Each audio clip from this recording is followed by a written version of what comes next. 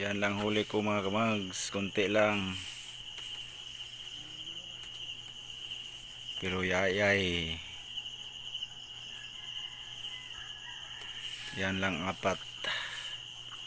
Itong parang 1/2 kilo na itong kamags. Ito maliit.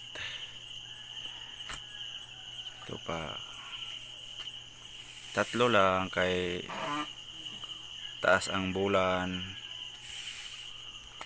Yan lang muna. Pang ulam na din. Laki pa sa palad oh. Palad.